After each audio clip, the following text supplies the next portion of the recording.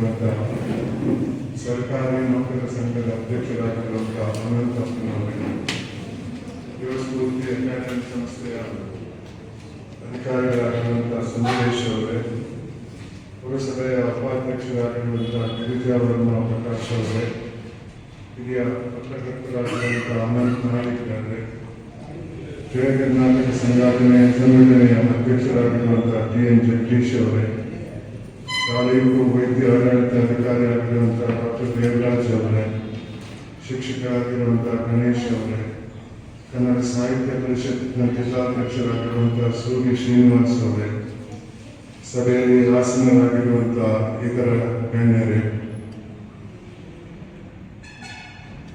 ನಾನು ಹಲವಾರು ಹುದ್ದೆಯಲ್ಲಿ ಕೆಲಸ ಮಾಡಿದಂತಹ ವ್ಯಕ್ತಿ.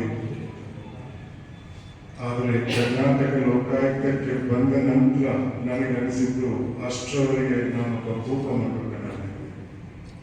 ಸಮಾಜದಲ್ಲಿ ಆಗುವಂತಹ ಅನ್ಯಾಯದ ಬಗ್ಗೆ ನಮಗೆ ಜಾಸ್ತಿ ಅರಿವಿರಲಿಲ್ಲ. ನಾನು ಸುಖವಾಗಿದ್ದೆ, ಬಹಳಷ್ಟು ಜನರು ಸುಖವಾಗಿದ್ದರು ಅಂತ ತಿಳ್ಕೊಂಡಂತಹ ವ್ಯಕ್ತಿ ನಾನು.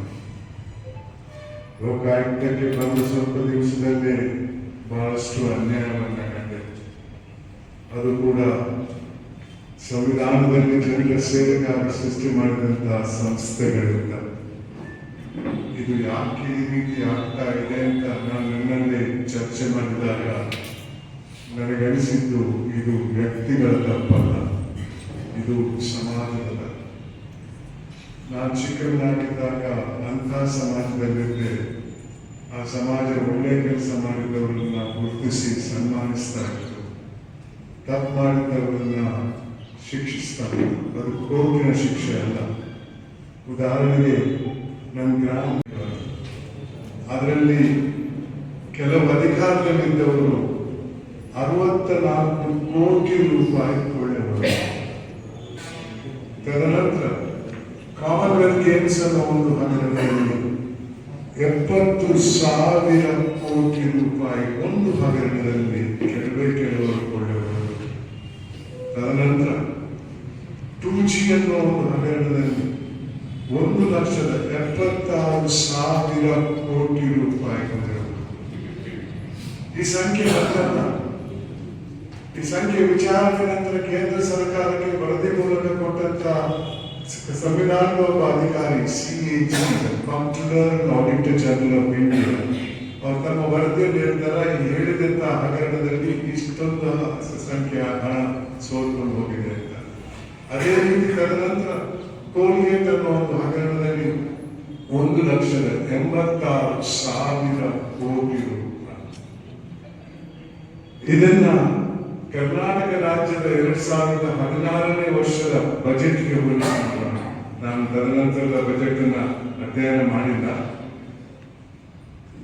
ಅಲ್ಲಿ ಒಂದು ವರ್ಷಕ್ಕೆ 4 ಲಕ್ಷ ಸರ್ಕಾರಿ ನೌಕರರ ವೇತನಕ್ಕೆ ಮತ್ತೆ ಅಭಿವೃದ್ಧಿಗೆ ಮತ್ತೆ ಇತರ ಖರ್ಚಿಗಾಗಿ ಒಂದು ವರ್ಷಕ್ಕೆ ಮೀಸಲಾಗಿದ್ದಂತಹ ಹಣ 1,14,000. ಒಂದು ಹಗರಣದಲ್ಲಿ 1 ಲಕ್ಷದ, ಅದು ಅಖಿಲ ಭಾರತ, ಇದು 1,86,000 ಕೋಟಿ ರೂಪಾಯಿ ಆ ವರ್ಷದಲ್ಲಿ ದಶಕದಲ್ಲಿ ಆದಂತಹ ಎಲ್ಲಾ ಹಗರಣದಲ್ಲಿ ಸುರುಕೊಂಡು ಹೋದಂತ ಹಣದ ಲೆಕ್ಕ. ಎಷ್ಟು ಹಣ ಸೋರ್ಕೊಂಡು ಹೋಗಿರ್ಬೋದು. ಇವಾಗಲೇ ಡಾಕ್ಟರ್ ದೇವರಾಜ್ ಅವರು ಹೇಳಿದ್ರು, ದಿವಂಗತ ರಾಜೀವ್ ಗಾಂಧಿ ಅವರ 1985ರಲ್ಲಿ ನನ್ನ ಪೋಷಕರು ಹೇಳ್ತಾ ಇದ್ರು, ಮನೆ ಹತ್ರ ಹೋಗಬೇಡ. ಅದು ಸಮಾಜದ ಶಿಕ್ಷೆ. ಅದರ ಪರಿಣಾಮ ತಪ್ಪು ಮಾಡಿದ್ದವನಿಗೆ ಮಾತ್ರ ಅಲ್ಲ, ಆತನ ಕುಟುಂಬದ ಮೇಲೆ ಕೂಡ ಆಗ್ತಾ ಇತ್ತು. ಆದ್ರಿಂದ ತಪ್ಪು ಮಾಡಕ್ಕೆ ಜನರು ಹೆದರ್ತಾ ಇತ್ತು. ತಪ್ಪು ಮಾಡುವ ಸಂಖ್ಯೆ ಇತ್ತು ಬಹಳ ಕಮ್ಮಿ ಆಗಿತ್ತು. ಇವತ್ತು ಆ ಸಮಾಜದ ಭಾವನೆಯಲ್ಲಿ ಬದಲಾವಣೆ ಬಂದಿದೆ. ಇವತ್ತಿನ ಸಮಾಜ ಬರೀ ಶ್ರೀಮಂತಿಕೆ ಮತ್ತೆ ಅಧಿಕಾರವನ್ನು ಪೂಜಿಸುವಂತಹ ಸಮಾಜದಲ್ಲಿದೆ. ಯಾವ ರೀತಿ ಶ್ರೀಮಂತನಾದ, ಯಾವ ರೀತಿ ಅಧಿಕಾರಕ್ಕೆ ಬಂದ ಅನ್ನುವ ವಿಚಾರದಲ್ಲಿ ಯಾವುದೇ ಗೊಡವೆ ಇಲ್ಲ. ಶ್ರೀಮಂತನಾದ್ರೆ ಅವನಿಗೊಂದು ಸಲ, ದೊಡ್ಡ ಹುದ್ದೆಯಲ್ಲಿದ್ದರೆ ಅವನಿಗೊಂದು ಸಲ. ಪ್ರಾಮಾಣಿಕರಿಗೆ ಯಾವ ಬೆಲೆಯೂ ಇಲ್ಲ. ಪ್ರಾಮಾಣಿಕರ ಬಗ್ಗೆ ಮಾತಾಡಿದ್ರೆ ಬಿಡ್ಲಿ, ಅವನು ತಿನ್ನಲ್ಲ, ಇನ್ನೊಬ್ಬನಿಗೂ ತಿನ್ನಕ್ಕೆ ಸಾಧಾರಣವಾದದ್ದು. ಇದರಿಂದ ಸಮಾಜದಲ್ಲಿ ಒಂದು ಪೈಪೋಟಿ ಶುರುವಾಗಿದೆ. ನಾನು ಶ್ರೀಮಂತನಾಗಬೇಕು, ನಾನು ದೊಡ್ಡ ಹುದ್ದೆಗೆ ಹೋಗ್ಬೇಕಂತ. ಶ್ರೀಮಂತನಾಗುವುದರಲ್ಲಿ ಏನು ತಪ್ಪಿಲ್ಲ, ದೊಡ್ಡ ಹುದ್ದೆಗೆ ಹೋಗುವುದರಲ್ಲಿ ಏನು ತಪ್ಪಿಲ್ಲ. ಆದರೆ ಸರಿದಾರಿಯಲ್ಲಿ ಹೋದ್ರೆ ಮಾತ್ರ. ಇನ್ನೊಬ್ಬನ ಜೇಬಿಗೆ ಕೈ ಹಾಕಿ, ಇನ್ನೊಬ್ಬನ ಹೊಟ್ಟೆ ಕಲ್ಲಾಕಿ ಸಂಪತ್ತನ್ನು ಪಡೆದ್ರೆ ಆ ಸಂಪತ್ತಿನಿಂದ ಸಂತಸ ಎಂದೂ ಬರಲ್ಲ. ಯಾವಾಗ ಇನ್ಕಮ್ ಟ್ಯಾಕ್ಸ್ ಡಿಪಾರ್ಟ್ಮೆಂಟ್ನವ್ರು ದಾಳಿ ಮಾಡ್ತಾರೋ, ಯಾವಾಗ ಎನ್ಫೋರ್ಸ್ ಡಿಪಾರ್ಟ್ಮೆಂಟ್ನವ್ರು ಬರ್ತಾರೋ, ಯಾವಾಗ ದರೋಡೆಕೋರರು ಬರ್ತಾರೋ, ಯಾಕಂದ್ರೆ ಅಕ್ರಮವಾಗಿ ಪಡೆದ ಸಂಪತ್ತಲ್ಲಿ ಬ್ಯಾಂಕಲ್ಲಿ ಇಡಕ್ಕಾಗಲ್ಲ, ಅದನ್ನು ಮನೆಯಲ್ಲಿ ಇಟ್ಕೊಳ್ಬೇಕು. ಒಂದು 3-4 ತಿಂಗಳ ಹಿಂದೆ ಟಿವಿಯಲ್ಲಿ ಒಂದು ನ್ಯೂಸ್ ಐಟಮ್ ನೋಡಿದೆ.